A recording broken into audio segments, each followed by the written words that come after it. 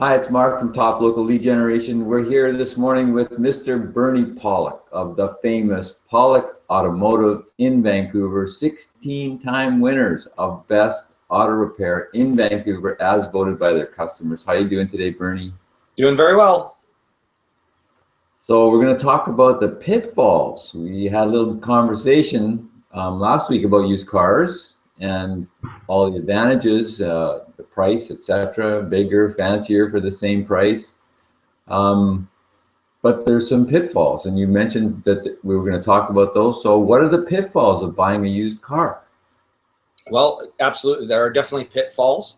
So the first step in purchasing a used car or van or truck for that matter is find out what you need, and I mean, sometimes it's what you want, but there's a distinct difference between want and need sometimes, but either way, just figure out what kind of vehicle you want. So, and at this point, you need to do your research. I mentioned that last time. Research is key.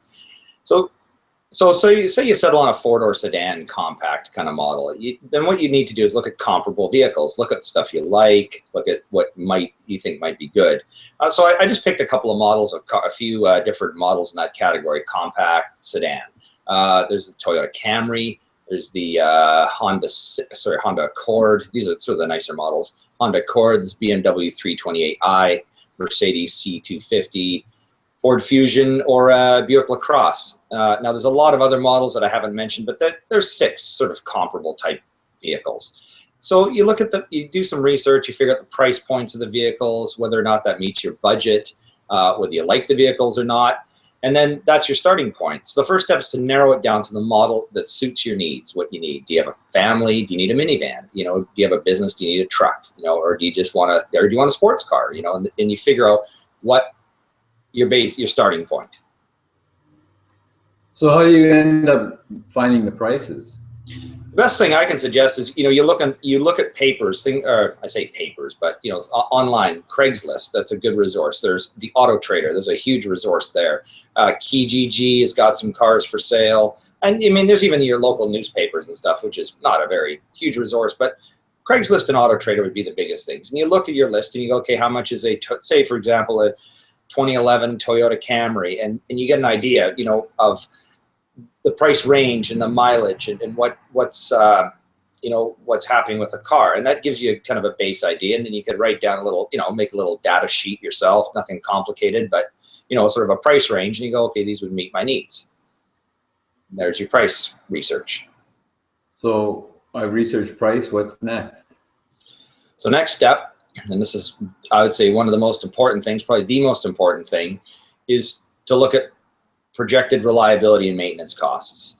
It just so happens this week, a company that's online is called yourmechanic.com. They just came up with a study with car maintenance prices, which is just awesome. I'm going to share this because it just happened to come out at exactly the time we wanted to present this. So just get my screen share going here. And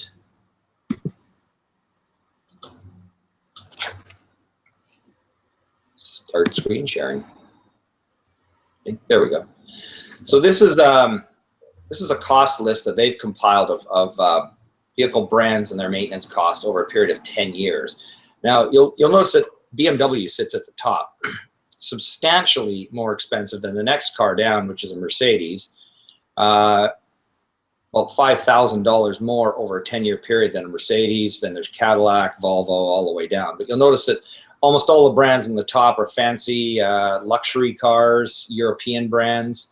If you look at the bottom of the list, the cheapest ones, Toyota, actually they're all 3 Toyota brands, Lexus, Scion, I'm never sure how to say that one, and Toyota, on the cheapest to maintain. So, this is a good bit of information, because if you go, hey, I'm really fixed on a BMW, and you go, hey, that BMW is probably going to cost me more money than a Mercedes to maintain over the period of 10 years. Well, that might change your thoughts. Maybe you like the BMW so much, you're not going to make it change. But this is the kind of information that's really useful to have.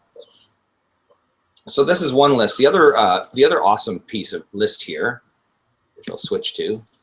Did that list change, Mark? Yep. Okay, so this list here, they've actually compiled the most expensive cars that they've come across, which is really interesting. And you notice that the top car in this one is a Chrysler Sebring. And I'd say based on my experience, that's probably pretty accurate. This car is really honestly not a kind of car you want to own. They're just an okay car. I mean, they do actually make a convertible, which is nice, but not an extremely fancy car. But there's just so much that goes wrong with these cars. It's so expensive. It really, if you got a Sebring for really cheap, you probably don't even want to own it anyways, because you're going to be spending a lot of money. So again, this list is it's on yourmechanic.com. They've got a lot of other interesting bits of information on car repairs and maintenance too. But this is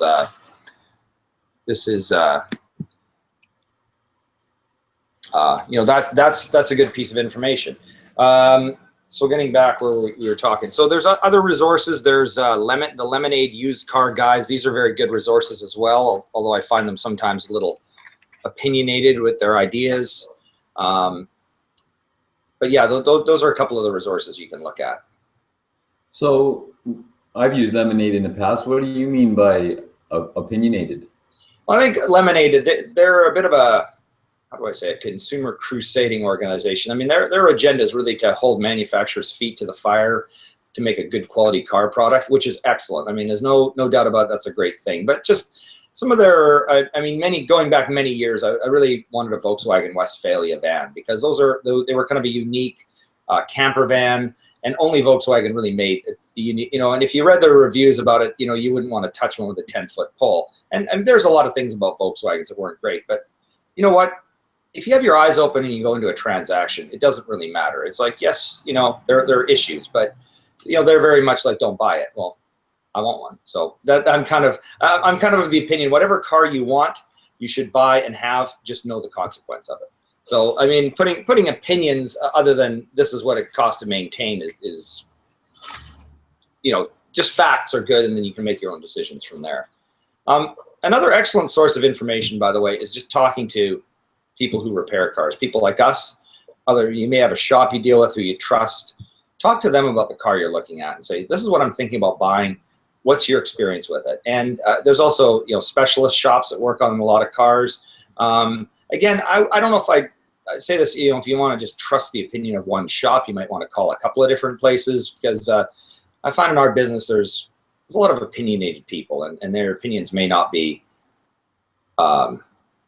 always be worth trusting. It's good to get a few different recommendations. But if you find, you know, you look on Your Mechanic, you see the price, for instance, of a Toyota is good, and then you talk to your mechanic, he goes, oh yeah, Toyotas are great, you know, and reliability is the key thing you want. Well, then you know you found the car. The Camry might be the car you want to pursue. Okay, so we know our price, we know the reliability. What's next? Next thing is an inspection. So you've picked the car out. The next key is to get the vehicle inspected and get it done by a professional, by a mechanic, a shop like ourselves, or an inspection service. There's a number of those around, or you know, that would be the key thing to do. So what if the car drives fine? I've looked down the side, I've maybe used a magnet, there's no Bondo, whatever gimmick that some people have come up with to try and evaluate a car. Everything looks good. Do I really need an inspection in that case? Well, I'd say absolutely. If you want to buy yourself a good, reliable used car and you want to know what's going on with it. I mean, I have bought used cars myself without inspecting them, but, you know, knowing, hey, I don't really know, I might need a brake job next week, but they feel fine. The thing with cars is you can drive them, and you can know a lot about a car by driving it down the road.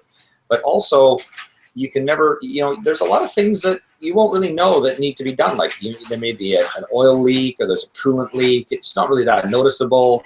You know, there could be, the brakes could be almost worn out, and yet it still stops fine. There's no shakes or vibrations. So, you know, you could be buying a used car that potentially has thousands of dollars worth of work, and you don't really know unless you have it inspected. So it is really important to know that.